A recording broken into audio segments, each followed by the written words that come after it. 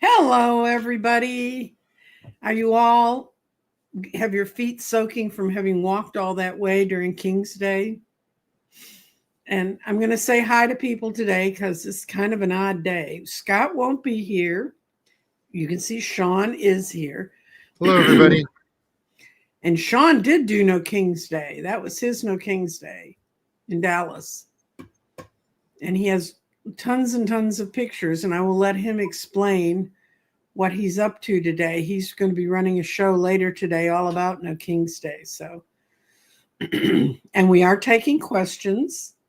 And I posted that the show was going to be on yesterday, but I did it through my phone. And for some reason, my phone, it didn't get picked up by YouTube. I found out YouTube's having terrible time with flip phones and fold phones. I was having a problem seeing YouTube on my phone. I wasn't getting a homepage unless I go in every time. I have to reset the settings on it. And I finally got a hold of Samsung and said, can I take this in the repair shop and get it fixed? And they said, no, it's a YouTube problem. So just to make sure I wasn't getting told a story by one corporation about another corporation, I went to tech support. And she verified that YouTube has a serious problem with cell phones of all kinds now, because a lot of cell phones have different formatting on their screens. And YouTube has, your guys aren't content creators, unless you're really crazy like me.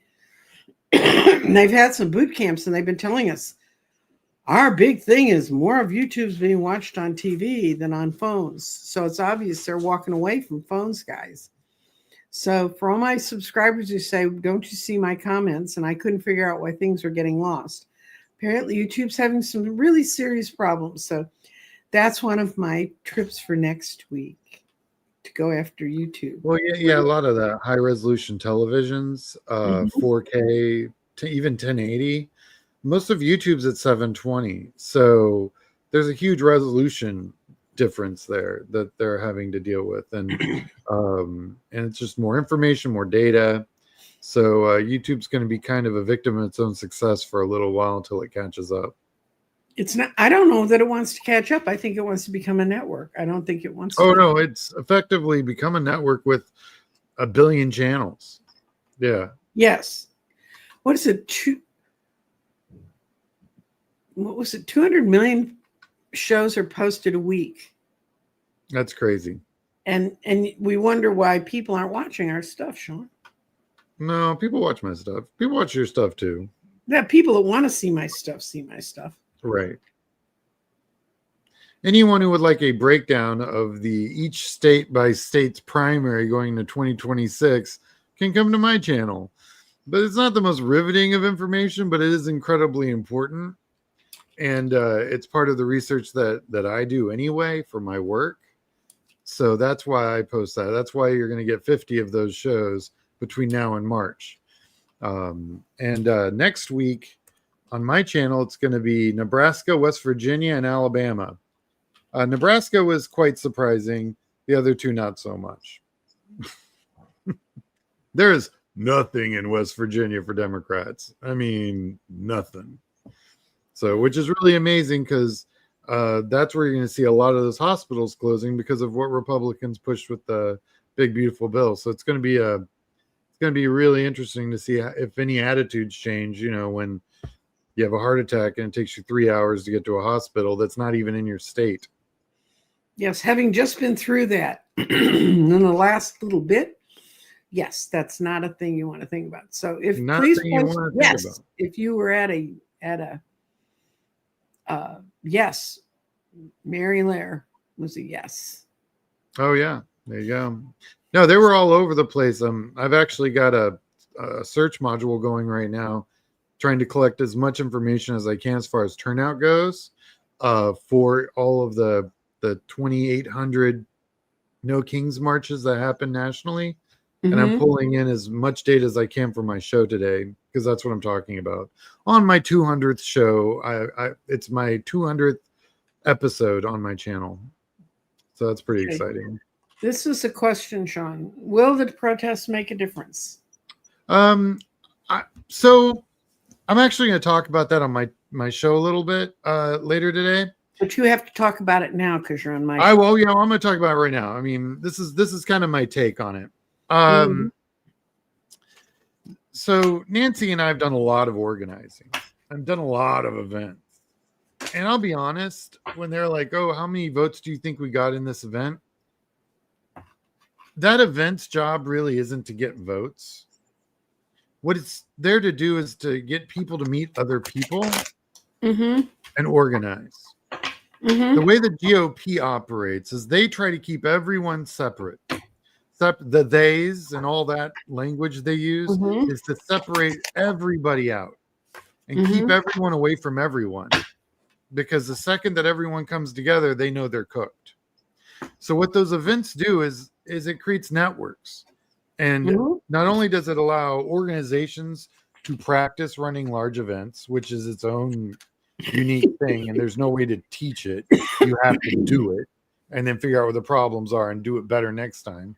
Well, it gives those organizations an opportunity to practice doing that kind of stuff, which is incredibly valuable. And then on top of that, the people who come to those events can talk to one another and network. And through that, that's how you begin to build out a movement. And we saw this a lot in 07, 08 in Obama. We were running field programs in Collin County back in 06 and 07. And we were, one person would be like, oh, I don't want to put a yard sign out. And we'd be like, well, those other 3 houses on your street have an Obama yard sign. And they were like, oh, well, okay, then you can put one in my yard. They just didn't want to be alone. They just wanted to know there were other people like them out there. So when these events come together, that's what they're doing. They're creating that environment and showing people that it's safe. Because to be honest, there's safety in numbers. If you're out there blowing in the wind by yourself, it's rough. But if you've got a community around you, it's different. It's a different thing.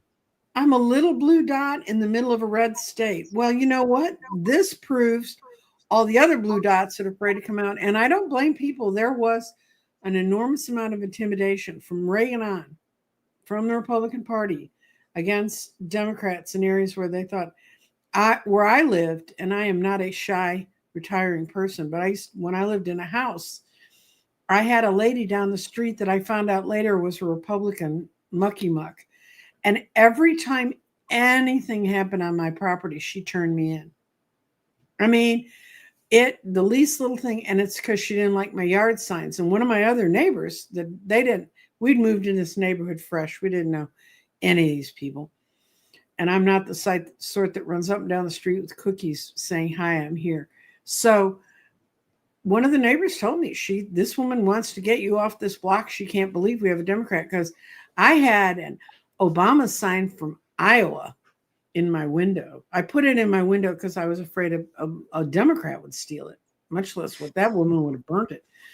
Anyway, yeah, and when you live with that. So I just finally went down the street and met her. And I said, hi, I want to meet you. And she said, oh, well, I don't. And I said, you turn in everything that happens in my house, and you've even turned in things that aren't mine. And the city has asked me if I want to place a formal complaint against you. And she goes, oh, well, they're not supposed to tell. I said, the reason they told me your name is because you're on their hotline so much, And I said, what I want to tell you is, if you have a problem with me, come down and talk to me, because that's what I'm doing. So now I know who you are. And we never got called in again.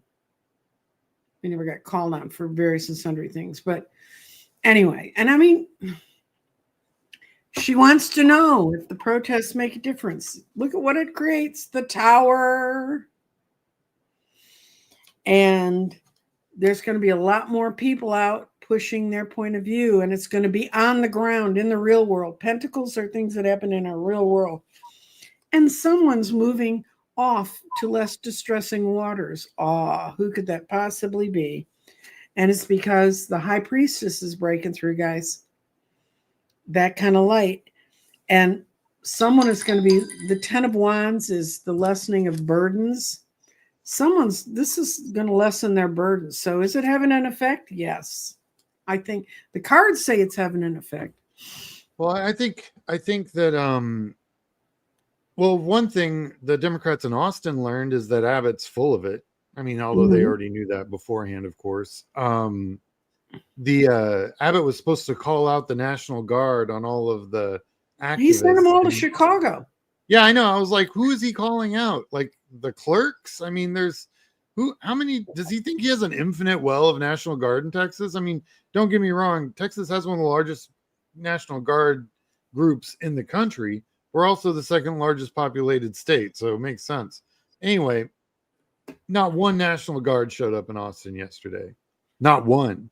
They didn't even do like a little like take over a corner and just be present, which is kind of what I expected they would do. They didn't even do that. So you have a governor who's calling out the National Guard and there's no National Guard. I mean, what little credibility he had is gone now, for sure. Mm-hmm. And you know, and also I bet I mean, and I know Austin Police Department had nothing positive things to say about the protesters. So, I mean, I feel like the Republicans weathered the event as best they could by shutting up. Mm-hmm. They made more noise, and they'll probably make some more noise and try to do some revisionist history over the next week or so, talking about how it wasn't really 2,500 different protests. It wasn't really 7 to 10 million people. It was probably closer to 200,000 people. That kind of nonsense when the math is a picture over where they met in Chicago. It's more than I know. Or Seattle had amazing turnout. Chicago, New York was insane. San Francisco was huge. LA was huge. Dallas, I was you understand we're in Dallas, so it's more throw a rock and hit 9 lawyers in this city. And we had great turnout. I have some great photos from that event. I'm going to share a bunch on my show later today. Yeah, it was nice. I have reports from, Allen, Texas, which is hardly the bedrock of liberal thought in Texas. Huge turnout, at least 10,000 people showed up. So you've got really, really big turnout. And we had rain in Dallas, and it wasn't like little rain. It was the big fat rain, and people were out there marching. Yeah. And they were threatening hail and all kinds of stuff. Oh yeah. So, I mean, it's Texas. I mean, you can have every piece of weather in like 30 minutes, not even a problem. But one of my friends asked me a question this morning. They're like, because I shared a bunch of photos with them, and I literally got a photo with every. I put earlier because a lot of people. This was Sean at the demonstration yesterday. Yeah, so I did that, but also every the inflatable costume guys. I think I got about 10 of them. Yeah, I got a photo with 10 of them. They were awesome, really super nice people. I found out most of them were teachers, believe it or not. Doesn't really surprise me. Anyway, they were great and they were super gracious. They let me take photos with them. And my friend, I sent those photos to my friend. He's like, do you really think these inflatable costumes make your movement be taken seriously? You cannot fight Trump with a serious protest. He wants a serious, stern, very squared off, militant looking protest. The only way you can beat Trump is by being a reflection of his ridiculousness. And if that's an inflated frog, honestly, I take the inflated frog more seriously than I do Trump. Okay. And the GOP overall. We have a question. Is Scott coming today? No. Sorry, you're stuck with me. You're stuck with Sean. Scott's at his nephew's wedding, and he announced it last week. He announced it on air. That's when I found out. So what can I say? You got to watch all the time. You're never going to catch up. Nanette reports that Upper Michigan was and that's a pretty conservative place. Oh, yeah, the UP for sure. Yeah, no doubt. The UP. Yeah. And this No, is and I actually Sean. love the UP. I was in Wisconsin and we used to go up there. It was quite nice. It's beautiful. Oh yeah, he Trump did. posted a bunch of crazy crap on his channel, and some of it is really crazy crap where he's flying along in an airplane and dumping on the protesters. And then someone had AI'd parts of the parade in and showed people getting that dumped on them. That's the mature attitude we have in the White That's House. why we have to have the inflatable frog. Right. He is just as ridiculous as that costume is. But it's still not even. Like I said, I take the inflatable frog infinitely more seriously than I do the orange idiot. Okay. 100%. Someone wants to know if Prop 50 will pass in California. I think yes. I do, because it's an off-cycle election. I mean, vote. And I've got quite a few people in California kind of keeping an eye on that. And where those votes need to come from for that shift to happen, that's where those votes are coming from. And I'll be honest, the way the GOP is treating their own Republican representatives in California by throwing them under the bus this way, by pushing Texas, by making other states. The reason that any of this is happening is because Trump told Abbott, who is his little stooge, to redraw the maps. And so all of those Republicans that are elected officials in California are being thrown under the bus by their own party, by the leader of their party. So there's a lot of animosity in party coming out of California.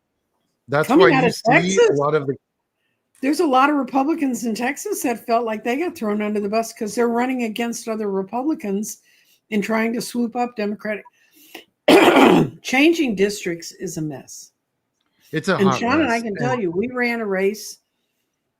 We're in the primary. We didn't know which district our candidate really would be in because of how things are done here. And so we ran them, and they ended up where they ended up when the court finally decided. So yeah, I was working with a candidate, and actually Evan Hunt, he's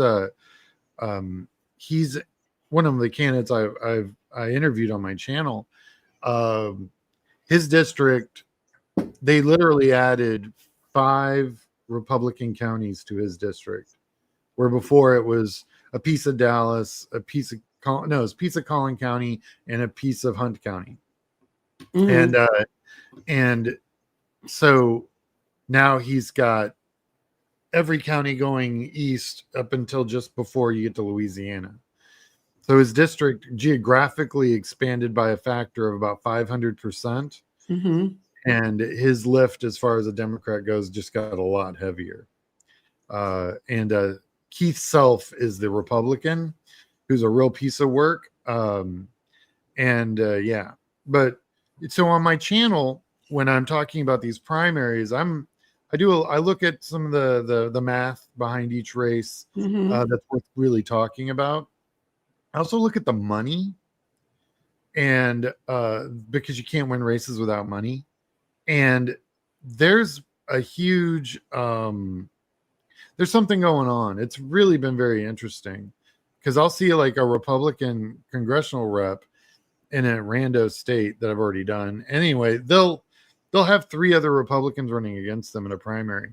Very rarely do you ever even see Republicans having contested primaries. Primary, right? They don't run against each other. They make a gentleman's agreement. They have a very tight organization. And what that tells me is that the Republican Party is kind of going to eventually break off into 2 parties. And those 2 parties are going to be, the Republicans have never, ever had to operate with a big tent. That's not how they work. In fact, the smaller the tent, the better they are. Look at the states that they control, usually have the least number of populations. Like, they just don't have states with big populations until you get to Texas and Florida, and that's different. Because there's just so much space that, if you've got a small state and you've got 2 cities in it, well, there's very little rural space left in that state where they can monopolize the media markets and like own, like, so for example, in Texas, you get to West Texas, the Democrats never had a voice, but the conservative radio owned and operated all the media in West Texas for 45 years. You can't undo almost 3 generations of Republican propaganda in one cycle. Mm-hmm. It just can't be done. And so the only way those people change is through pain. And when their economy goes to crap, they look to point at something. And the great thing about Texas is the Republicans have been in charge for 40 years. So they can try and say, oh, it's the Democrats' fault, except Democrats haven't been in charge of Texas in 2 generations. So, and the parts of the state we're in charge of are sort of working. I mean, the cities. well, all the places that make Texas money are blue, Mm-hmm. and except when you get into oil fields. But what they've done to like soybean and rice and the other commodities that Texas grows out there in rural, I mean, they've deep six. And actually, I have a whole show I'm going to be doing. I've actually written it already. I just need to film it, and it's all about why. Because I asked myself the question. Because some of these things, some of my shows come from questions I don't know, but I know there's a problem. I know there's something going on. I just don't know what the answer is. So the question I asked myself was, why would a group of people vote against their best interests when they knew Trump was going to do all those tariffs in the farming industry, and they knew they were going to be directly affected? And these farming, some of these family farms, the smaller farms, operate growing cycle to growing cycle. And it's really, they're working to keep the farm. Mm-hmm. And then there's a whole nother group called corporate farms. So what I did was I started looking at them. I always follow the money. I find that doing anything, do that first, and then you can look at other things. But usually following the money almost always finds you the answer. I tried to find out how many incorporated farms are there in, because what I found out was corporations, these large corporate farms, have deep enough pockets to survive a couple of bad seasons, no problem, right? And they've basically, what they're interested in is no more EPA.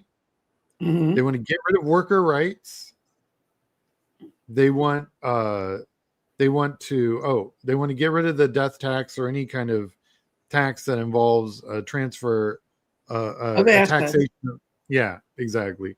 And so that's what they wanted, right? Well, when you look at both parties, you're not going to be able to dismantle the EPA and worker rights if you vote Democrat. So they basically bought all the media in rural America. This isn't just a Texas problem. And they taking their corporate funds and all their dark money, because money is speech, right? They went and they just bought up all the media and then basically lied to millions and millions of Americans that grow food for this country. Mm-hmm. And you can't, I'm no longer angry at them, those voters. They're like, oh, how can you forgive Trump voters? I'm like, very easily. If they've been duped and lied to, sure. No problem. And they have been. Yes, there was some greed on their part, probably a little bit. They don't want taxes and all that jazz. No small smattering of racism, trust me. And some, yeah, there's probably a little bit of that. You live in the generation honestly, at the end of the day, what they wanted was the EPA gone and worker rights gone, because that's bottom line for them. So these corporate, and also when these tariffs hit, who's it going to hurt? It's not going to hurt the corporate farms. Like I said, they got deep pockets, but the family farms are going to get hurt. And those are the ones you hear about, right? Mm-hmm. So then the corporate farms go and buy those family farms. They're like the Borg. They just assimilate. So, and then they also knew that it wouldn't happen in a timely manner, which would be what these family farms would require. They would need a timely rescue from Congress. Well, corporate farms don't really need a timely rescue. They just need a rescue, help their bottom line a little bit. Mm-hmm. Family farms actually need a legit rescue. Well, these corporate farms knew they could outlast those family farms. So they're just absorbing more and more properties. It's a real estate buy for them. So those corporate farms, and remember I mentioned earlier, I tried to find data on them. Well, They're so buried. no one's published a density map of corporate-owned farms by county for this country, much less any state, since 2012. Problem is, I know GIS, I know where to find all the ag data. So I published my own, and you'll see that on my channel. It's the only place you'll find it because it's not anywhere else. I looked, believe me, I looked. I had my AI look. We all looked, and it ain't there. So I had to make my own. So that's one of the shows I'm working on that'll be next week, and it's all about that. It literally solves a question I've had in my probably 20 years. Why are these people voting the way they're voting? They're people being lied to by large corporate entities for stock dividends. Mm-hmm. And they control the food supply. That's unfortunate. That's why we all have type 2 diabetes. Anyway, we had a good turnout in Dana Point, California. Very Republican area. That's true. Lots of support from 90% of the cars going by on the busy Pacific Coast Highway. And speaking of California highways, apparently Trump did shoot rockets over Highway 5 in California. They had to close the highway for part of yesterday because that idiot was shooting rockets across a major thoroughfare. That'd be like shooting rockets across 35 in Texas, Sean. Well, is it like for military testing or something? Yeah. Well, no, I mean, it wasn't testing anything. They knew they worked. They just had to shoot them off. Right? Well, no, they'll do anything to distract. And he's a child. Unfortunately, he's a child with a big red button. I mean, the fact that we haven't been blown up yet is, I consider that as a victory. And here's another positive fan of Trump. Did you see the stupid, ignorant meme Trump's team sent out? Yes. I can't believe they're stupider than he is. Bad enough we have to listen to him. People think you're doing excellent. That's all noise. I mean, people always ask, have you seen this? Have you seen that? I don't really actually pay attention to Trump at all. He has nothing. I know more than he does. Most of the people watching this channel probably know more than he does. Why would we listen to him? Mm-hmm. The people he surrounds himself with are Nazis, racists, and idiots. Mm-hmm. Why would I listen to any of them? You should be spending your time. I watched one of those ignorant memes this morning because I said this was really bad, and guess what? It was even worse than I thought it could be. But I said, I just wasted 2 minutes of that instead of getting ready for my show. Okay. Right. Sean, what's happening in the Pennsylvania Supreme Court? I know nothing about this. Do you know anything about it? Okay. So, I know a little bit about it just because I'm here. I'm going to pull my notes up real quick. You can't see. Okay. Where are we? Pennsylvania. There we are. Yeah. I have my Pennsylvania show won't be out for another, it looks like about 3-4 weeks, but Pennsylvania is really kind of interesting right now. So, when you go in and you look at just the politics of Pennsylvania, you have a lot of congressional seats that are actually controlled by Republicans that are almost light blue. Specifically, District 1 is a really good one. It's 6 points for the Democrats, yet a Republican's controlling it. It's bizarro land to me. Mm-hmm. And then you've also got there's a few of these districts that are really, really close. Like 1, 3, 6 has a Democratic incumbent.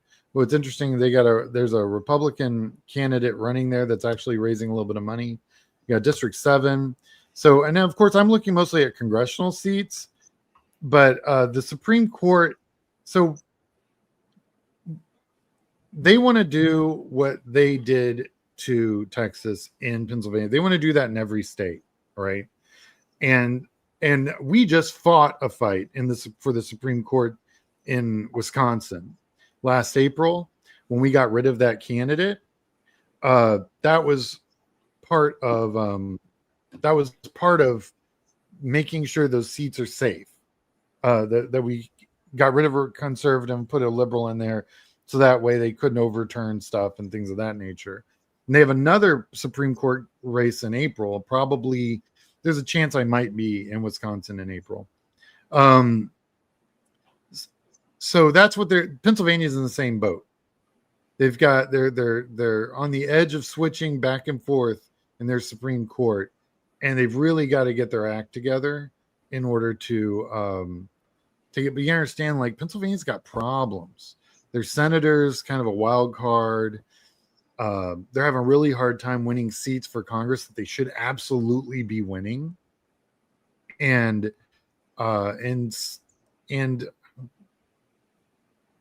I watched the amount of money that was spent in Pennsylvania in the last 2 months of 2024, and it's mind-blowing. It was like something close to $4,000 to $5,000 a minute in media buys in Pennsylvania. It's incredible. Yeah. And to what end? We lost Pennsylvania. So my question is, what are they doing? How are they doing it? And they need to change what they're doing and how they're doing it, because it's not working. And a lot of it's got to be, I'll be honest, even if you're doing everything process-wise correct, if you're not looking at the process in real time, doing an audit, like for field programs or impact on social media, you can easily just start spending money and not even know what that money's actually doing for you. Mm-hmm. And what I found in a lot of organizations is that there's a lot of push and not a lot of audit.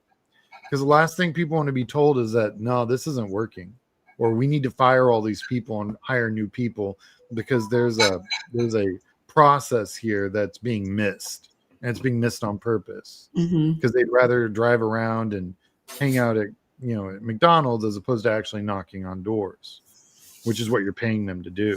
So it's called theft at that point. So I think what needs to happen in Pennsylvania is somebody needs to have a coming home to Jesus meeting. And I've never worked in Pennsylvania, but when you spend the kind of money that was spent in Pennsylvania and you got nothing for it, there's a real problem.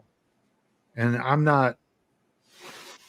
No, this is a different thing. We're going. I'm not an expert in Pennsylvania by any stretch of the imagination, but I know when you're dropping $4,000 to $5,000 a minute and you get nothing from that, there's a problem.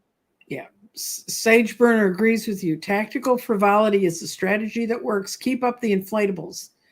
And then we're going to a bunch of yeses. V. Martin was in the walks yesterday. Lynn from Deepwater was in the walks yesterday. And this lady says, change may be unlikely, but in a single cycle, but we need to pray really, really hard. Well, we've never had such stupidity to point at overall, and that people feel it. Okay, speaking of stupidity, Sean, what about food stamps in November? What do you know? If they're talking about SNAP, I don't think it's going to happen. This is what I was talking, actually, I think it was Linda's channel. I got a lot of pushback because they were saying, oh, these are the things that always happen. So SNAP always happens. Social Security checks always go out. Always. This is not normal. This is not a normal shutdown. They gutted the federal bureaucracy. Those guys who push the buttons and make things work. They gutted it 3-4 months before the shutdown even started. So they were operating on fumes, and then they shut down. This is a different shutdown. It's going to be longer than the other record of 36 days, which was back in 2018, and which I think would have destroyed the Republican Party if it weren't for COVID. And COVID's like a big etch-a-sketch where it just reset everyone's brains. But I don't think SNAP's going to happen. Happy Thanksgiving, everybody. That's welcome to the Republican Party. That's the message that every Democrat should be saying. From zero to done, happy Thanksgiving. This is what a Republican Thanksgiving looks like. Because this is what a Republican Thanksgiving looks like. Bright Shiny Eyes was in Davenport, Iowa. And I've been to Davenport. It's a pretty city. Let's see what we got. Morning. This went to Tucson rally. Oh, cool.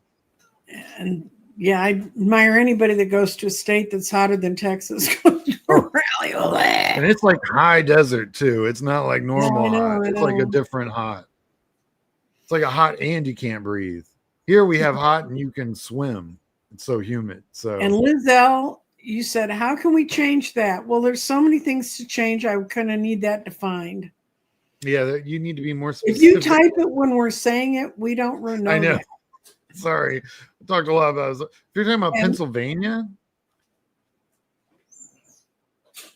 well, first thing they should do is hire my firm for the whole state. Mhm. We'll take over. It's fine. We can do this. But really, there's a culture and methodology that needs to be changed. I've heard. I've worked. Oh, okay, yay, that's me. I have worked with people who have worked in Pennsylvania, and there's a lot of I believe in volunteerism in campaigns. I think it's very important, and you have to do it. And I think the more of it, the better. Also, I know the value of a paid field program, and that if you're paying them and they're not knocking on the doors, they're stealing from the campaign. You have to be brave and smart enough as a campaign to, one, be able to identify those individuals that are taking advantage of your organization, and then getting rid of them and getting people in that actually will knock on the doors and do the work. And a lot of times when they say, oh, look how many doors we're knocking, are you really? Because a true audit, and you understand, we use in campaigning in Democratic Party, we use this terrible program called VAN. I've been yelling at it since 2006. It's the worst. And it basically, your little it sister in 2012. It has gotten no better since 2012. It's full of really bad data. Anyone who's done any phone time with VAN will absolutely back me up on that. Unless they were operating from a private list, and that's different, because I've been corrected before. I know the difference. And if you're operating just from straight VAN, it's horrible. But the problem is that there's no real good way to audit the canvas in real time. To give you an idea, so for a good statewide program, you should have about 160 canvassers, unless you're talking about something like Texas, California, or Florida, or New York.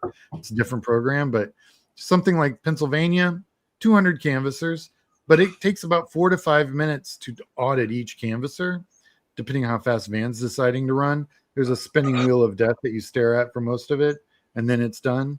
So there's a lot of that. So you can imagine what 5 minutes times 200 is. That's the end of my day. So when everyone's done canvassing at 6 p.m., I start that part of my day. So you can see how my mornings my day ends around 2 a.m., 3 a.m., and I got to be up in the morning to get the field back out. So unless your data director's got a team working, which would be great, more often than not, that's not the case. The only way to truly audit your field program is to go in and know exactly how many doors they're hitting and exactly how many minutes and what the difference is between each door. There's no way to cheat that. Not consistently. You can do it a little bit, but eventually you get tired and lazy out there and you start screwing up, and that's how we catch you. But that's the only way to do it. But it's insanely labor intensive. And it really is. But it's not impossible. That's not possible. Okay, this is T Garden Chicken wants to know, connect in your community now, figure out how you can help if you need it in the future. How can you help the community? Strong community helps everyone. Yes. Well, I guarantee you that the food banks are going to need help. You want to meet your community? There's food banks is how you meet you judge a community by how it treats its least affluent members. If you want to meet the least affluent members of your community, go to a food bank. And a lot of it's moms and kids. And yeah. Did the huge turnout used yesterday influence members of Congress to turn away from Trump and listen to the people? No. No, he's got great blackmail on everybody. Oh, yeah. Well, no, the problem is that you won't see a lot of Republicans start to turn until, I mean, you'll start seeing it in March when their primaries. Well, actually, this is when you'll really see it. You'll just begin to see it about late December, because that's the last filing date for a primary opponent. And they'll start mitigating, doing damage mitigation outside the Trump influence once they know that Trump can't throw a primary opponent against them. And you have to understand, Trump owns 80% of the Republican primary. So there's no way you can win your primary unless you're like a Murkowski or something statewide. But in these gerrymandered to hell districts that the Republicans have to deal with, see, it's a double-edged sword. They are so gerrymandered into the GOP that they don't have to worry about a general. Their primary is their general. And so December is the filing date for federal elections. So now they know they're not going to be primaried. Or, God help you, they are being primaried by a Trumper, which means they're just going to go further to the right, deeper in the Trump verse, and they'll definitely never listen to reason. And then hope there's a Democrat running that you can vote for. Yeah. That can somehow, thankfully, hope Social Securities are still being deposited. Yes, I let my children know every time I get my check. But it isn't normal by any means for us to be sitting here saying, I wonder if that check's going to show up. Exactly. And you should be wondering, and just because it happened this month, listen, I don't know how the Republicans in Congress have no reason at all to convene, because then they got to start, swearing in a certain congressional representative that just won her election and is the signing the final signature to get the Epstein stuff. You understand, I doubt they're going to publish anything that has Trump's name on it from the Epstein stuff. But you understand, there's a lot of donors who donated to Trump and the Republican Party that were connected with Epstein. They don't want their names out of there. And the second they find their names out there and they know that the Republicans were responsible for doing it, because keep in mind, the Republicans operate the Supreme Court like a glove. The legislative body is owned and operated by them, and they have the executive branch. Those donors are going to have absolutely no sympathy whatsoever and will accept no excuses as to why their misdeeds got publicly announced to everyone. Okay. Let's follow the money. Let's talk about good deeds. Cold Toast, yes, Cold Toast, who ends up, she doesn't live in the part of coast in Alaska that got hit by the typhoon. Cold Toast is someone who I do stuff with. Marched in snow mixed with rain in Fairbanks, Alaska. Looked like 6 to 8K people to her. That's a lot of Alaska. In Alaska, that's like 1 million people showing up in any other state. It's insane. That's crazy. That's awesome. And I was in Pueblo, Colorado, 2,000 people. Many of them are young people. Yay. I saw so many young people at Dallas's No Kings March, which is great. That makes me very happy, because I'll be honest, both parties have given young people very little reason to vote for either. It's almost a pox and both. When you can't afford housing, your job's garbage, and you're buried in school debt, the elephant and donkey show really don't matter that much. I know. I get this conversation constantly with him. How to change the media messaging, or is it just or is not just in the far right rural areas? Because there's a lot of people in the middle that are in the cities and stuff that are just as confused as, Well, the messaging has to conflict with their reality. That's an unfortunate thing. That's why it's like in organizational processes, when you're talking about changing an organization, you have to put the pain where it belongs. And sadly, the pain's going to be on all of us. But it's those individuals that have been duped and or have shown a prestigious amount of apathy towards the entire process. when those guys start voting, 60% of registered voters in Texas don't vote, which means that the 40% that do are both Democrat and Republican voting, right? Mm-hmm. So really, the elections in Texas are 19% Republican voter. 21% Republican voter, 19% Democrat voter. So then that tells you if 3% of the apathy vote, which is 60% of Texas, of registered voters vote, there'd be no more Republican Party nationally. 3%. That's all you got to do. Okay. Then this Unfortunately, one it costs says, about $500,000. is there your software tracks where people are and when they walk and when they go, right? That's called Van. It's terrible. There's a lot of there's other a couple really of people great who've software. worked with Van. Van may be terrible, but it's better than having nothing at all. True. And so both Nancy and I have worked with nothing at all, and it's rough. Yes. Yeah, we had to make our own we had to get the county database and make our own list. Back when you could buy it for $20, now it's $2,500 to buy the same database we used to buy for $20. And it's Harris County, like they used to give it to you. Harris County would give it. Oh yeah, you could just get it. Yeah, they'll just give it to you. What's going on with Rockland County voting issues? This is not. That's those people that keep saying they're going to trial and they don't. That's a voter fraud. Oh, listen. If they had something, they would have had it by now. Mm-hmm. I hate to say it. If there was anything real math-wise, it would have been out by now. Mm-hmm. I mean, and if they find something great, but I tell you, I look and I look and I look and I look, because nothing would please me more than to find the Republicans with their hands in the cookie jar of voter manipulation. And I mean, they do it via media, they do it via propaganda, they do it in a million other ways of, making only one voter drop box in Harris County, which is 2.4 million registered voters, which is more voters than 20 other states have. They have one voter drop box. That's how the Republicans manipulate the vote. Mm-hmm. There is no, like, the satellites that Elon and SpaceX put up there isn't talking to the voter box. None of that's a thing. And I've heard everything. I get lots of grief on my channel because I won't go after these. I mean, until I need hard evidence.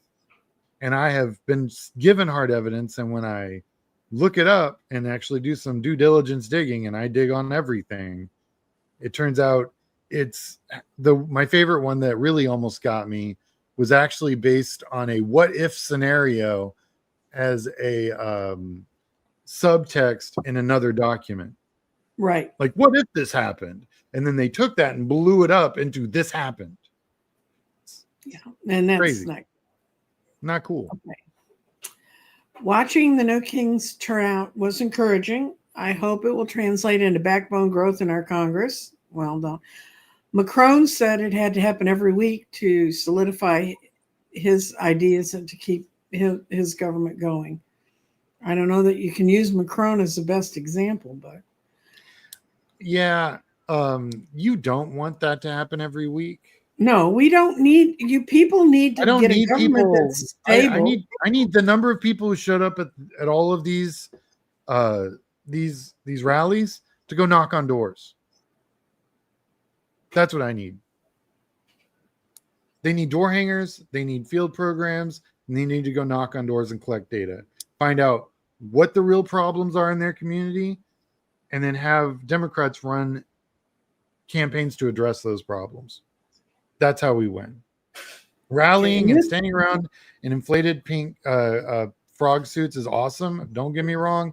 I love it, but it doesn't solve our problem. Mm-hmm. Each and every one of us can help in some way or another. No one is coming to save us. I have been saying this since he won the first election.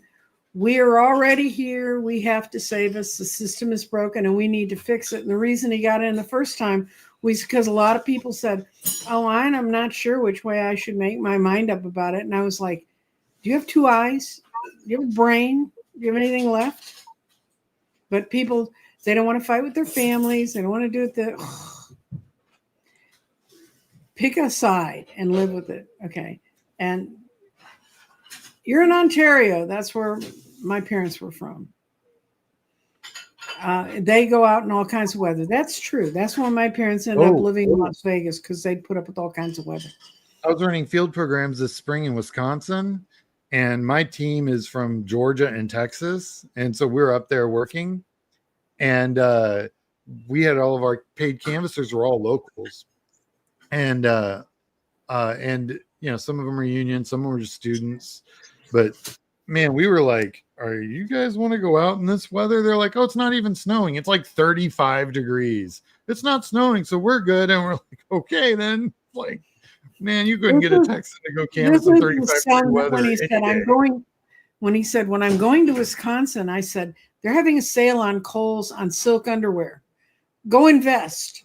Smartest thing I did. Oh, yeah. And this is, I've been doing food bank work at the Catholic Church down the block, helping out a lot, going back to cooking beans, etc. I remember growing up when you didn't have a lot of money, and there's going to be a lot of kids that are going to remember this time. Remember that. We're making the memories for our children, not for my children, but okay. Somebody else brought a case of water out. That's at parades and marches and demonstrations, stuff like that's invaluable, because people forget about it. Yeah, we had a few booths at the Dallas No Kings that were handing out water. It was really great. And granola bars and stuff. It was actually very well catered, in my opinion. And will Vance have the same sort of control over dirt on Congress people? He doesn't have the personality to bring it off. Jay is. So what's going to be great is that the GOP has a 3-point bump. And it's all at the top of the ticket for turnout when Trump's on the ballot. When he's not, you see a huge drop. Mm-hmm. And so, for example, in Wisconsin, a bunch of people walked in, voted Trump, and walked out. They didn't vote for anybody else. That's why the U.S. senator in Wisconsin didn't switch. In fact, we won seats in Wisconsin. We just didn't win the president.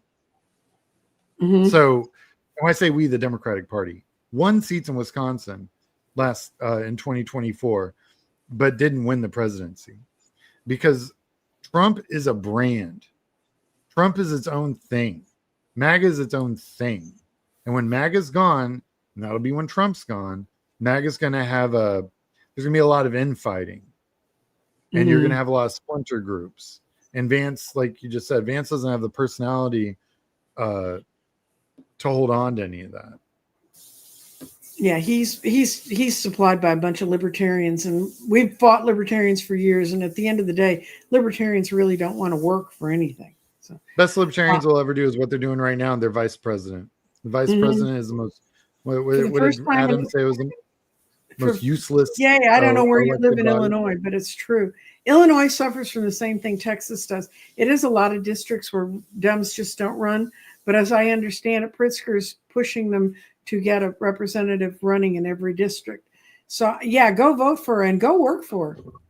And if you really want to help and help yourself and learn a lot about the process, go volunteer to work at the polls. And I think Illinois is a paying state. In Texas, they pay you to work at the polls.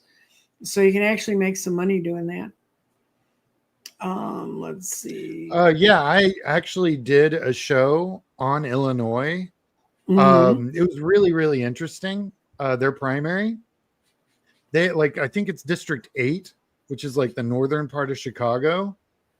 They have like 15 Democrats running, and like 12 of them are like well funded. Like I looked up their FEC reports; they're all sitting on $250,000 a piece, or around there. Some of them are at $500,000, and that's their primary. It's an 85% Democratic seat or something like that. It's incredible. But there were actually there were a dozen seats that I looked. Well, I looked at every congressional seat in Illinois. So go to my channel, and if you go to the 2026 primaries, which is a playlist on my channel, I have a whole breakdown of all the congressional seats at the current FEC funding data that's available, and I published it about a week and a half ago, so it's pretty up to date. and really amazing. There are very few other, I don't think I've actually found a congressional seat with as many Democrats running as I have in Illinois. Hello, Nancy and Sean. It's that time of year. Governor Walz is running for election. It helps when politicians visit soup kitchens and sit down and eat a meal with the public. No Scott Allen today. No, Scott Allen's out. No, Scott's at his nephew's wedding. So he's not here, obviously. Or he's being very quiet and very small. Yeah. I've got him right here. No, I'm sitting on him. Yeah, I think it's good when they go out and they meet real people, because and that's where you find all the good information. So I have what's called the pothole rule now. It was in 2024. We knocked on about 500,000 doors in Milwaukee, and I was the data director, so I processed all that data, and I was like, wow, what I discovered in Milwaukee, and if there's anyone listening in the show Milwaukee, I know they'll back me up 100%.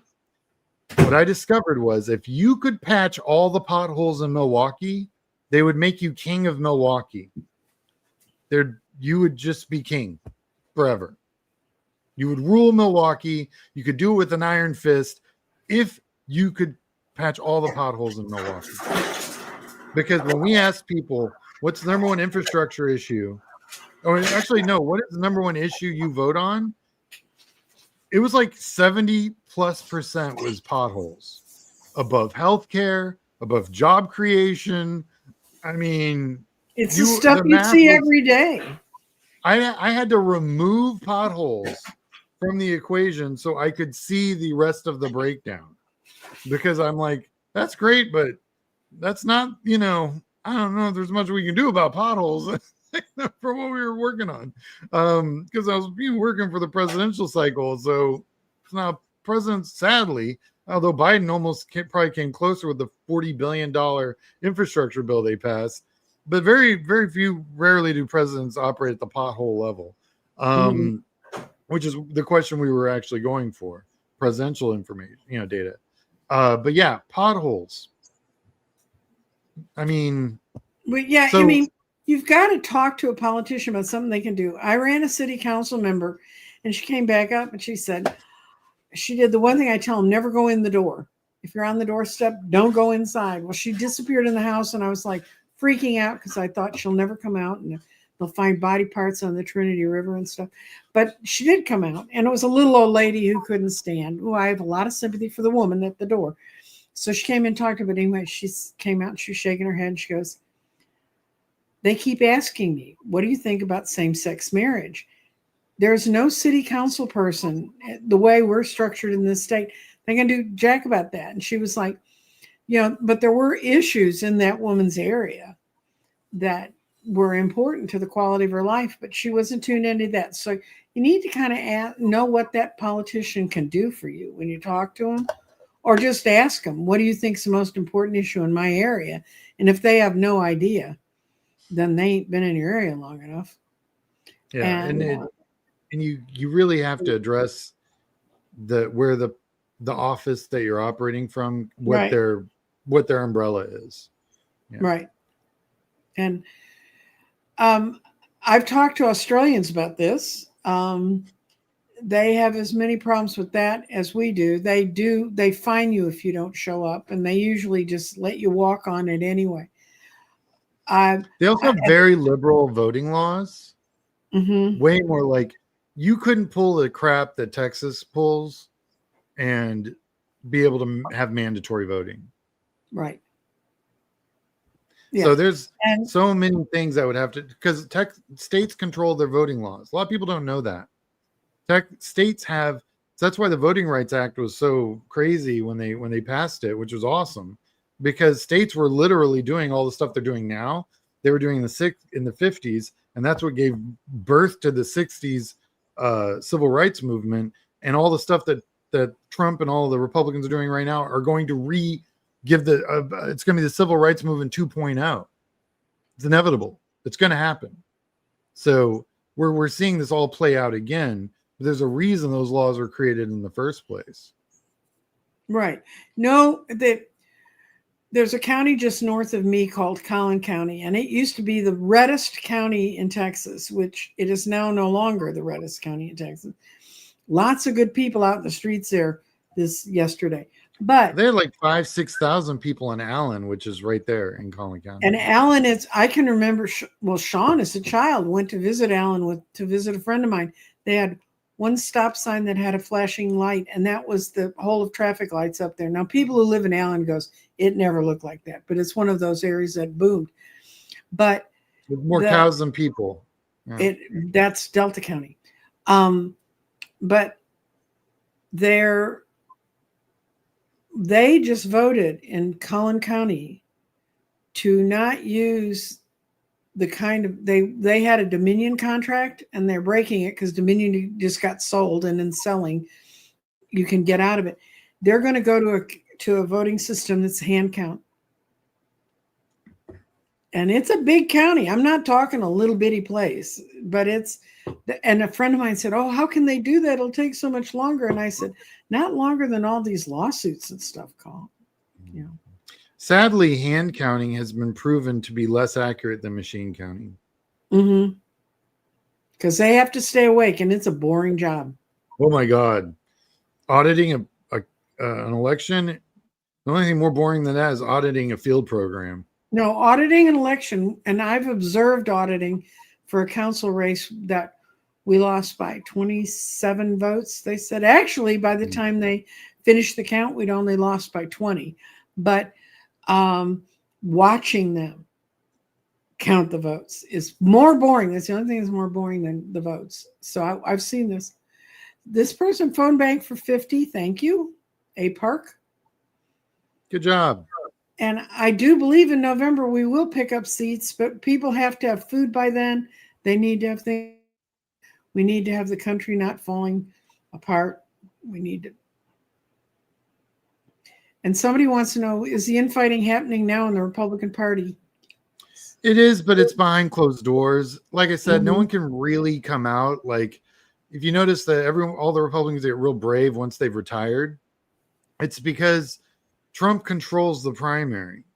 And a lot of that control will be gone after, I think, the third week of December, which is the filing deadline to run for federal office.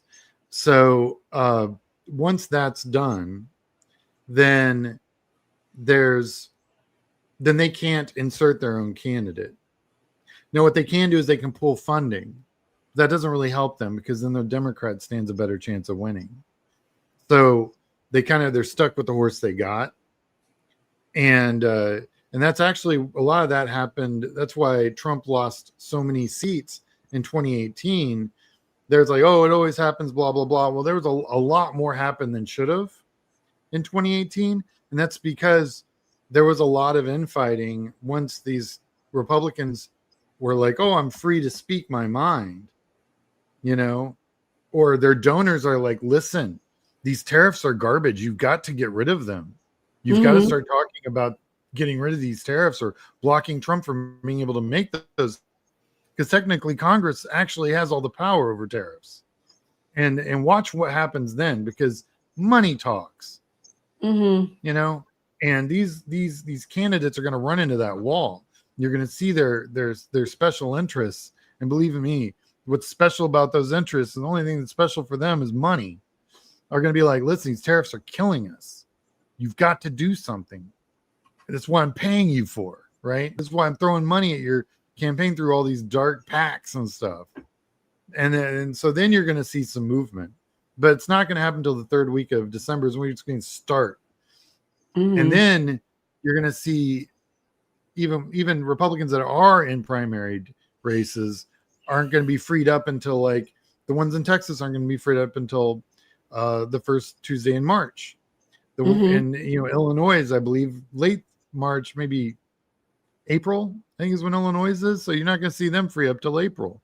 No, it's primaries that go all the way until September. So you have some states that have a 200-day general election. And you have some states that have a 70-day general election. And then you have everything in the middle. So all of these races are going to free up at different times. So the infighting is going to happen. It's already started, but it's going to be this weird phased in operation that you're not going to see until, their primary click.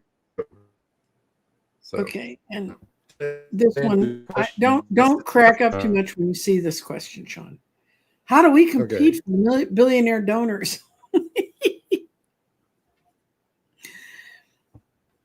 Sean and I have met many of them that are here in Dallas. And yeah, they're the worst. I mean, they walk around like regular people. They do. They just you wouldn't even know it. Mm-hmm. My favorite thing is the most wealthiest person I've ever actually met in person and spoken to in a person-to-person conversation had nothing to do with politics. I met the H in DHL, the delivery service. And when he walked in, it was in a pair of cutoff shorts, flip-flops, an old hat that probably hadn't come off his head in 20 years, and a torn-up T-shirt. He was the H in DHL. But they like to hide. They hide in all sorts of different ways. And to fight against them, well, the good news is I haven't seen one that can run. I mean, I was in Wisconsin, and we were fighting up against Elon. I was 50 yards away from where he was handing out $1 million checks for saying you're going to vote Republican. And he did that in the middle of Green Bay. My team was able, and there are a lot of other organizations, we move the needle 16 points in Green Bay, Wisconsin. I have a show on my channel called the Green Bay Experiment. Go watch that show. That show talks about what we did. Oh, I'm back. And what it was there's they break voters into different groups, and think 30% highly unlikely to vote. Then the next 30 is might vote. And then there's that top 40% that everyone always goes after, the likely to vote. We went after the probably not going to vote universe and had insane turnout. Because you can understand that group's never asked to vote. And we were probably the first people to knock on their doors. I tell every candidate I meet, go after this universe. Everyone up here is going to vote.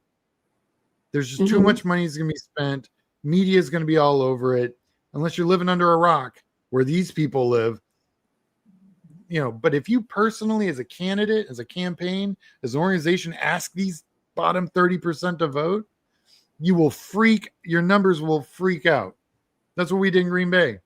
The organization we were working for gave us Green Bay to operate that experiment in. And the political director at SEIU Wisconsin was so ecstatic that we were willing to do it. And between my team and I, we had about 60 years of field program experience. So we knew what we were doing. And at the end of the day, everyone else had a 2% to 3% increase. We had a 16% increase. And that's why instead of declaring the vote at midnight for that Supreme Court seat, they declared it at 8:30 in the evening.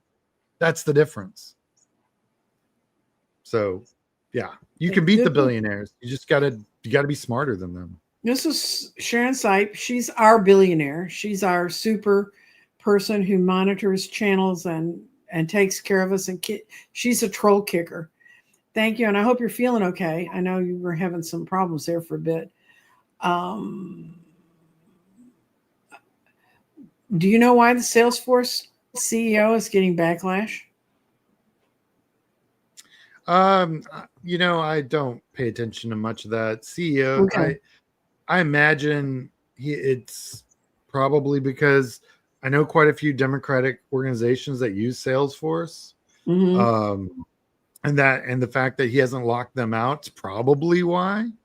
They don't want the GOP goes after everything. They don't go after the least infraction. They don't care. They go. They'll go after you. They have just a bank of trolls just ready to rock and roll the second that they get a target on their, and then boom, they go after you. So that'd be my guess. Usually They only get backlash if they're helping a progressive organization. And Salesforce, a lot of different organizations that are blue or blue adjacent use Salesforce. It's a good CRM. In It's a fact, good system. Nancy and I prototyped the beginning of a Salesforce voter database management system. Yeah, and like 08 back in 05. We tried to convince them they ought to do more politics, and they were like, "No, we're gonna," because politics is weird in that the way Salesforce was structured at the time was you had products and information. All their information was built on the idea you're going to grow your base, and you just had infinite people you can reach. It's just out. Well, in politics, it's the opposite. You have to be registered to vote. It's a finite number. So when we tried to tell them we needed to change some of the mechanisms that they were using, they were kind of like, what? That doesn't work for us. But here's a very important statement. An open-ended database where as many people as possible, you have the globe to pick from.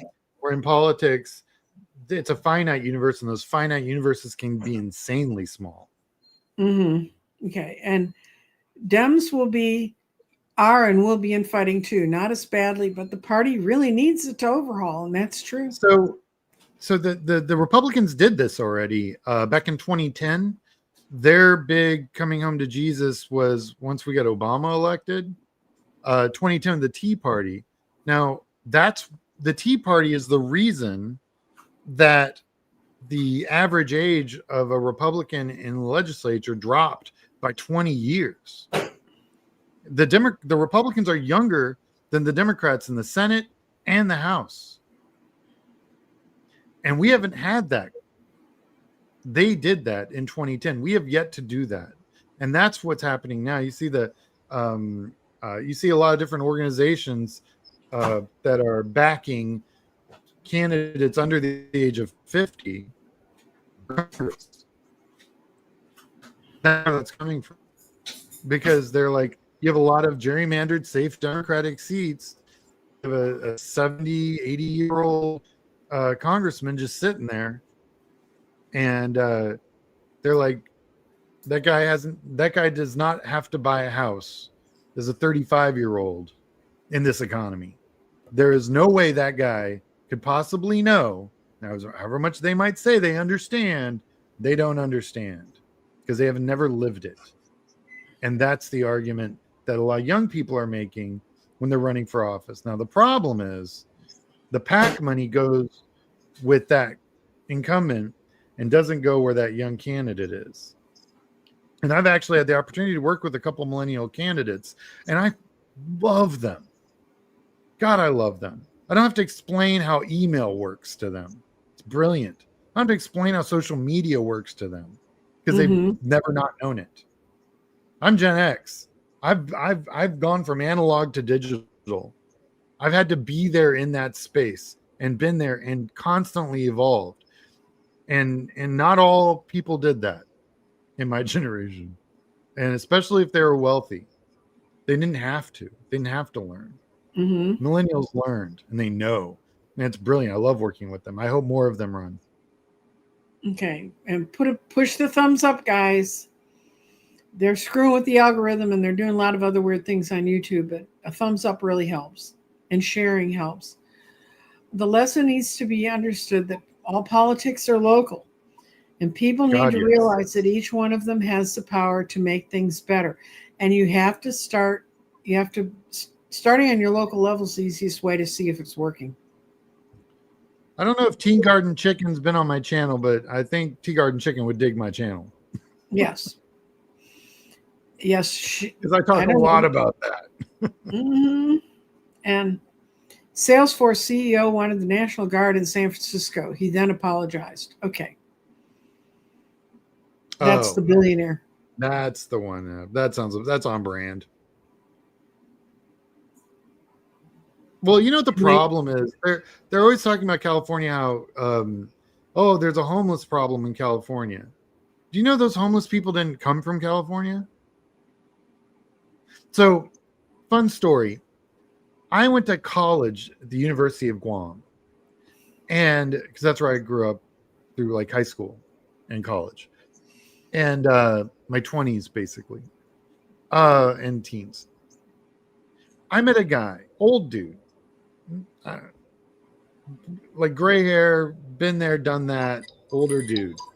Definitely not like 50 older. I mean like well past Mhm. retirement older. And I was like, how did you, are you retired military? He's like, no, no, no. I was homeless in Boston. And then they shipped me to Chicago. And then I got shipped to Vegas. And they shipped me from Vegas to LA. LA shipped me to San Francisco. San Francisco gave me a plane ticket and sent me to Hawaii. And then from Hawaii, Hawaii sent me to Guam. So I've been homeless this entire time. I've been homeless for 40 years. I've just been moved around. Now I'm in Guam, where I am old enough to get a free education at the University of Guam because you had to be, I think, over 60, and you can get free tuition.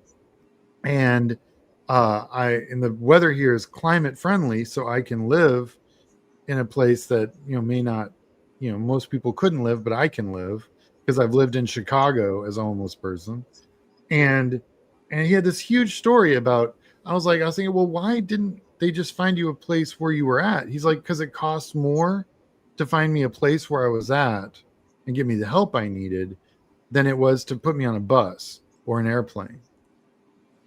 So what other states have done is they've just moved their homeless problem. And because California is one of the fifth largest economy on the planet Earth, they've actually been able to support programs to help homeless people. So where do you think homeless people are going to end up? But even they got overwhelmed because other states weren't doing their due diligence Yeah. to handle their own homeless problem. And municipalities weren't given the resources they needed to handle their homeless problem. So it's a really interesting, homelessness is a really interesting problem in this country. And it's mostly just passing the buck. Right. Sorry, it's one of my soapboxes I get on. Speaking of someone I'd like to see made homeless, how do we make Johnson step down due to dereliction of duty? You can't. There's not a thing for it. Nope. You'd have to get all the Republicans. I don't think you'd have a problem with the Democrats. But I think it's a 2/3 majority for him to be sanctioned. So you would need like 100 Republicans or something to step up. And they are all spineless cowards and completely bought, owned, and operated by dark money and PACs and stuff. So no, it's not going to happen. Okay. And this question, what's really nuts? Can I go back to Johnson real quick? Sure. What's nuts about his seat, his congressional seat? When I did a show on, before anyone else was talking about it, I was talking about what the big, bad, terrible, horrible bill was going to do to healthcare in this country. And all I did was look at how many and what districts the rural hospitals were going to be closed in.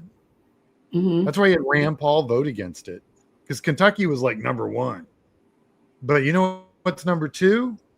Louisiana, specifically Johnson's district. And more rural hospitals are going to be shut down than most of their congressional representatives. Johnson probably will not be in office one way or the other 4 years from now.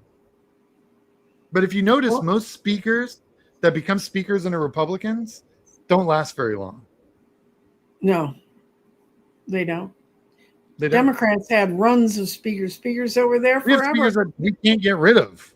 They've got speakers that last. They're like, they shine very brightly and then they're poof, gone. Yes, Sean is my oldest son. I am the oldest one. Those of you who didn't know. We used to not talk about it because we have different last names, but then we finally gave up not talking about it. So I started working in politics in 1998. And when I moved back to the States, my mom was like, hey, I've got a city council race in Dallas. You've done this stuff. I need some help. Oh my God, we're in a runoff. This sucks. Runoffs do suck. So then I came down to Dallas because I was helping my dad in Little Rock. Came down to Dallas and started working with my mom in politics. And then mom, since of course, is retired, yet I have continued to do this work. That's right. That's how poor boy. This is what you do to your children when you're in politics. They go into it. Horrible thing. Okay. How do we inspire young people to run for office? They just don't want to be involved in this bullshit. Candy, Sean, and I used to do a dog and pony show, and we'd go to community colleges and high schools, and it was how to run for office, and it was a non-political party election. It was a nonpartisan election, and out of that, there are people, young people I have met that are in their 30s now that still work in political parties and do stuff because of what they saw in those shows. It's because they're not taught how to do it. Also, there's so much money to run for office. Mm-hmm. It's just incredibly expensive. And if you look at generational wealth in this country, all of it's in the boomers. The boomers have like 75% of the generational wealth in this country. Mm-hmm. So you can't ask, it makes no sense to ask a generation that's sitting at like 13% of generational wealth in this country to run for a position when people that have 75% of the generational wealth have a hard time paying for it. So there's a huge disconnect there. Mm-hmm. Just to throw an idea. It's not just that, because some of the people, one of the people that was a friend of my daughter, Casey's, 2 years younger than Sean, and she called us when we were working. She read in Casey's Facebook that Casey was working for Obama, working with Obama. And she said, how can I do that? I really want to do that. And she said, suit up and show up and go to your local party and do whatever they need to get done. So she did whatever needed to be get done, and she kind of got involved in it. And she ended up being state chair for North Carolina. And now she's a congresswoman from North Carolina. So that's true. It's matter if you get people interested in it, but they have to feel like they can be part of it. And Aisha thought she could because her friend was. I mean, they don't have any way to model it. So that's why you have a lot of people that their sons or their grandsons or whatever, or their granddaughters. That's where Murkowski comes from. Her husband, her father was her father, yeah. Mm-hmm.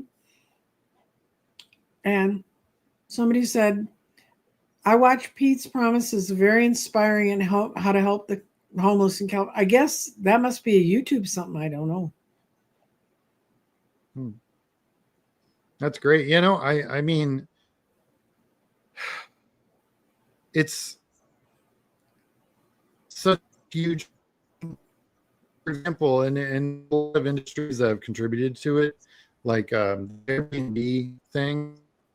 Mm-hmm. How many Airbnb there are in New Orleans? Mm-hmm. And then look at what their homeless population is. Mm-hmm. That's why housing's so expensive in New Orleans, is because most of it's been bought up by individuals who don't live there, who are using it for revenue, for money. Revenue, yeah. Again, follow the money. And that's not just a New Orleans problem. That's a most big city problem. And so, for example, I use Airbnb when we travel as a team to go into a campaign. Normally, we'll prop up in a 3 or 4 bedroom house and turn one of the bedrooms into our office and have the other 2 bedrooms, and that's our housing for the campaign. And we're there like 4 or 5 months. So I'm talking about things that I use, but I know also contribute to a real problem in this country. Yeah, and here's somebody. We educated someone today. Oh no! Oops. Why is it hide current comment? Show. She didn't understand about the homeless issues till she heard you talk about it. Oh yeah, no, it's a passing the buck kind of issue. And a lot of the homeless come from red states, but we're about to find out about what red states really are here real quick. Most of Obamacare, ACA, most of the people who use that are in red states because red states have terrible health care. We have the mortality rate of pregnant women in Texas is the same as most third world countries. Texas is a huge Medicaid, Medicare state. Huge. But it And doesn't. it's It because doesn't there's do no the investment at ACA. all. There's a lot of the ACA it didn't pick up. So and we're still doing that. Absolutely. Yeah, they took the ACA light. But you understand those hospitals in rural Texas, there's 16 of them that are going to close. And there's another 30 of them that are on the brink of closing. Another person at the rallies. Yay. And yeah, Tea Garden Chicken, you need to go read on Sean's channel. I think that their bubs are going to get them out with a vote of no confidence. But you need to go look at Sean's channel because he talks about how to create better ways of doing things and sort of give you a heads up. People say, oh my God, I was sitting here and all of a sudden these things were here. These primaries were here. Well, those primaries are there now. If you're ready for them, then you'll know. Yeah, I've got all the primaries all the way through April posted already. So I'm about to start May, and then honestly, May and June. There's 4 weeks between May and June, like the last week of May and like the first 3 weeks of June, where half the primaries in our country happen. Half of them happen in a 4-week period. Used to be like Super Tuesday. The early March was like the big Tuesday where all the big states had their primaries and a bunch of tons of medium sized and little states also. That's not even anything anymore. You have the vast majority of the primaries, even by population, happen in mid-June now, in early June and mid-June. So go check out I have a whole show just on the primary. I have a whole playlist on the primary. Start at the beginning. There's a 2-part series where I kind of break up the entire primary year into 2 chunks, before June and after June. And you can see the evolution of where our primaries are. And there's reasons why we have our primaries in late May and June, because school's ending. So parents aren't paying attention.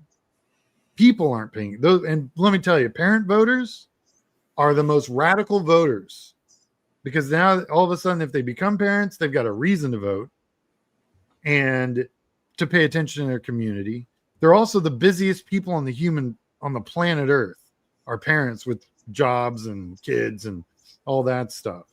So there's a reason why parties have put their primaries in May and June, because who doesn't have kids, who's retired and not necessarily working? Older voters. And also younger voters that live in their parents' basement. Sure. Those older voters are very predictable voters. And what a party likes is predictability. So they pick a time when people are on vacation or having to deal with kids in school and everything, closing, to run their primaries. That's not an accident. Just some food for thought. Okay, I have a whole playlist on just the primaries for 26 on my channel. You should go check it out. This is where people are confused. I thought it only took 1 vote to remove a MAGA speaker, or did they change that rule again? That's when they were voting a leader in. And if you remember, to get Mike to even take this job, they were like wandering the halls for 6 days. It was incredibly embarrassing. The Republicans don't want to go through that, saying no one wants to lead our party because it's a mess. Well, they did. You're not wrong. You're right. The Republicans inside their own coalition created a framework where I think it's to put it to a floor vote. Right. Right. Is like, I think 7 or 9 votes now. It used to be just anybody could have done it. Now I think it's more than that. And basically, I think it's like 2 more than that one Democrats crazy coalition. Yeah. So I think they need 9 or 10. And you're right. Maybe they'll free up, which will be really interesting, right? So you've got, we're already walking into November with no operating government. The filing deadline for federal elections is about a month and a half away. No, about 2 months away. Yeah, 2 months away. So that's 60 more days. And then you got people that are locked in their primaries, and if they don't have a primary opponent, they'll free up and they can start voting for Johnson to be removed. So now you have a government that's shut down, a party in a leadership crisis, and crazy Trump just running around being nuts. So Mhm. this is going to be a very interesting cycle coming up. That's right. Okay. Oh yeah, and that guy Kevin didn't even have time to unpack. That was Kevin McCarthy, and he is now in California running the Republican side of the Prop 50 thing, and he's not doing very well at all. Poor Kevin. Yeah, he was that guy was handed a bad deal, and it just got worse and worse. Well, he had to sue his own cow.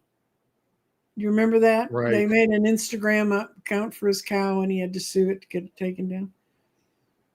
Rough. And this is true. Join all the channels. Help them out. Hit the like buttons. Join Sean's CLSB Politics, which liking this, share, and Sipe more and more. Yes. You'll like, share, and Sipe enormously by the end of the day. Yeah. Well, just to give everyone a kind of an idea of what's coming down on my channel, I'm doing Nebraska, West Virginia, Alabama, Georgia, Idaho, Kentucky, Oregon, and Pennsylvania over the next 3 weeks. I'm doing them in the order that they have their primary, which basically pulls me into just before June, right? That takes me right through May 2026. And then I'm also doing a show, my 200th show today, which is on the No Kings stuff, which I thought was pretty awesome. I'm doing a show on the 17 constitutional amendments that are happening in Texas. The early voting starts on Monday. And then I'm doing a show on the farm subsidies things with corporate farms doing all the stuff and the shenanigans they're doing. And then I'm also doing a show on what the impact data centers have on rural political movements and rural communities. Talk about power hogs. Yeah. Oh, yeah. No, it's huge. One thing we don't got a lot of in Texas, ironically, is a huge power producing state is power and water. And those are the two things those data centers absolutely have to have. So there's actually two of the amendments in these that are up for election this November here in Texas directly affect the data and battery the data farms and battery production plants here in Texas. Mm-hmm. Really interesting. They would do two amendments that directly affect those two industries right now.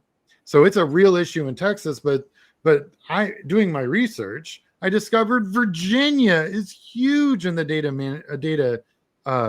industry. It would be. It's on the edge of DC.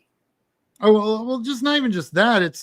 But they're having power problems now. Their utility bills are going out just crazy, and they're having water consumption issues in communities. Incredible. And it's not just here; it's in India too. Well, my research went really deep and found out that India's also got big problems with these data farms because India has a whole lot of water for like 1 month, and they don't got no more water. Mm-hmm. So they call the monsoons. It's a legit thing, and so they're having water and power issues now. So it's a legit problem, and what these corporations that do these data farms do to politics in those areas is really interesting, and just the tax incentives that these farms can negotiate, the utility incentives that they negotiate, all just throw the burden on the general population. And yeah, those companies, it's a lot of jobs to build those things, but once they're built, now the battery manufacturing, most of it's automated, so there's some engineering and some maintenance jobs, but outside that, not a whole lot of. It's not like widgets that used to be from the 40s and 50s where you have a bunch of people on a line building these things. Battery manufacturing is incredibly toxic, and it's all automated because the toxicity is insane. So there's that, and then the data farms, being served, so it's not quite the job boon that told it will be, except for the construction side, which they import a lot of the specialized construction companies to build these personnel to build these data farms. Mm-hmm. So it's not even like it's people locally that are getting those jobs. It's very, very Mm-hmm. interesting. Okay. I want to do a little house cleaning. Older voters are the ones out protesting. All voters are out protesting. Older people, There's a lot of young people. Yeah. And when I'm Sean gonna show a makes bunch of photos. disparaging remarks about boomers, it's a conversation he and I've had, and I've told him he's a bit prejudiced. So, but I'm Gen X. some of what he says about boomers is true. Some of what he says about boomers is true.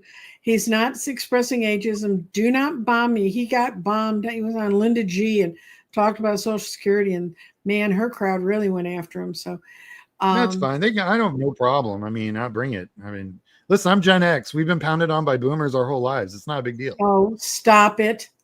Hi, everyone. To Sharon. You have another reason to love Sharon Sipes. She lives in Wisconsin. Oh, hey, I love Wisconsin. I'd move to Green Bay tomorrow. I would. The weather does not scare me. I really thoroughly enjoyed it. The people there are literally the friendly. The MAGA I met in Wisconsin were like the friendliest people. I didn't understand because the MAGA I'm used to dealing with here in Texas. They're down here. They'll shoot as soon as look at you. Yeah. Well, Wisconsins are friendly people. California needs poll workers for its amendment thing. So if you're looking everybody for a needs poll workers. And I'll tell you, and you're just getting on me about bashing boomers. Without the boomers, we would not have the poll workers that we have. Yes. Facts. They probably make up 80% of national poll workers in this country. We would just, I don't know what we would do if we did not have them. So just for the record. Yes. I'm finally, Debbie was walking yesterday, so she's recovering. Yeah. I too am recovering, Debbie. Yes, he was out doing it. We went to the one in the middle of downtown Dallas. So the only place we could find parking was like, I don't actually know how many blocks away. That's why I don't. It was a legit march to the march, you know. If I can't take a lift to where the march is, I don't go.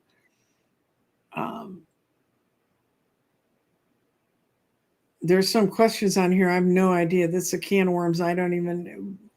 If anybody knows anything about that, who's Dash Dubrovsky? He's been missing since 8/8. Yeah, I have no idea about that. Okay, sure. He's not here. I don't know. No. Oh, I don't know what that's about. I know what Linda calls people. I'm not responding. And people have been going on quietly in the chat about Vance fronting for a lot of people that are buying up all the land in America. Oh, I talk about that in my thing about the corporate farms. They basically use the economic hardship on family farms these tariffs are causing to go in and buy up these family farms for pennies on the dollar because they go bankrupt. So yeah, it's just this self-perpetuating machine of propaganda that's paid for by these corporations in rural Texas. I can speak directly about. And I mean, Rush Limbaugh went unanswered by any liberal voice for 40 years. Yeah. You know, I cannot stress that enough. And these corporate entities have only continued to push that messaging. And now this is where they're at. Okay. Well, do you want to say something in closing, Sean? Yes. So today is my 200th show on my channel. And I did not realize there would be so many people in inflatables on my 200th show, but here we are. Welcome to Trump world. But anyone who's thinking about running for office, I have a playlist of various shows I've done over this past year and a half that's literally called So You're Thinking About Running for Office. You should check out that playlist.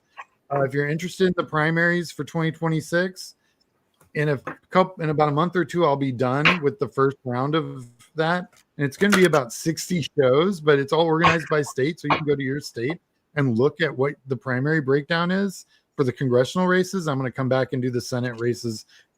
It's fewer states. It's about 20 states as opposed to 50. So I'm just trying to get these 50 out of the way.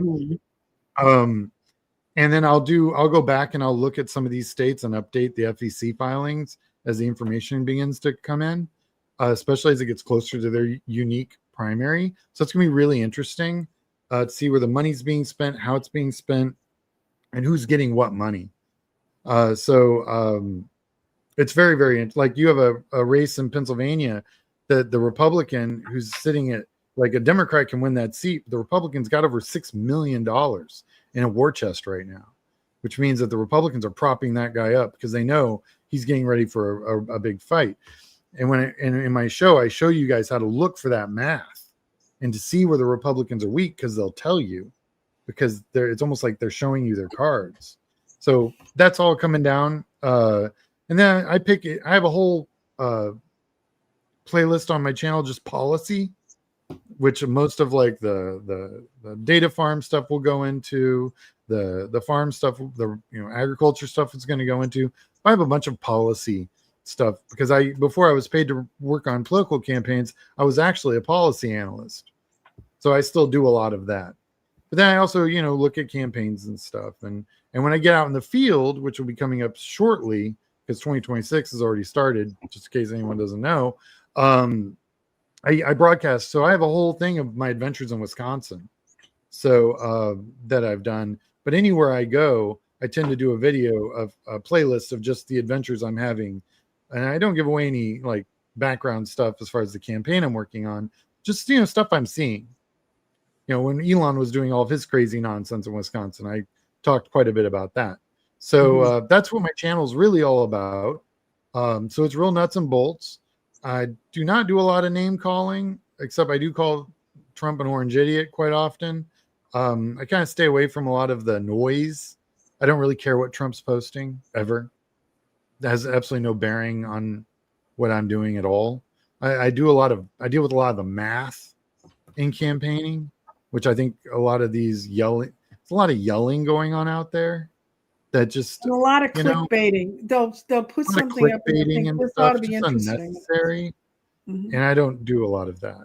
So if you're looking for just the real facts and figures, and if you have a question, you can always message me on my channel. I'm also, if you would like to support my channel, I have a PayPal. I'm also on Substack. You can become a paying member of my Substack community, where they'll see a lot of interviews that I'm going to do before everyone else, which is kind of fun.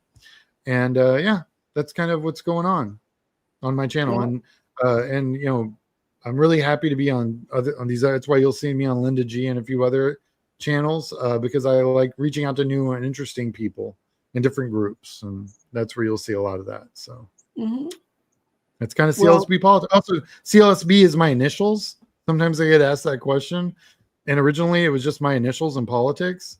And then after, you set up the YouTube and do everything else, and you have all the website and everything else, that's just what it is now. So yeah, he has 4 names: Charles, Lawrence, Sean, Briscoe. That's right. I had a lot of family members to make happy, and I was only going to have 2 kids. And I ended up having 3. Anyway, what's been going on around me?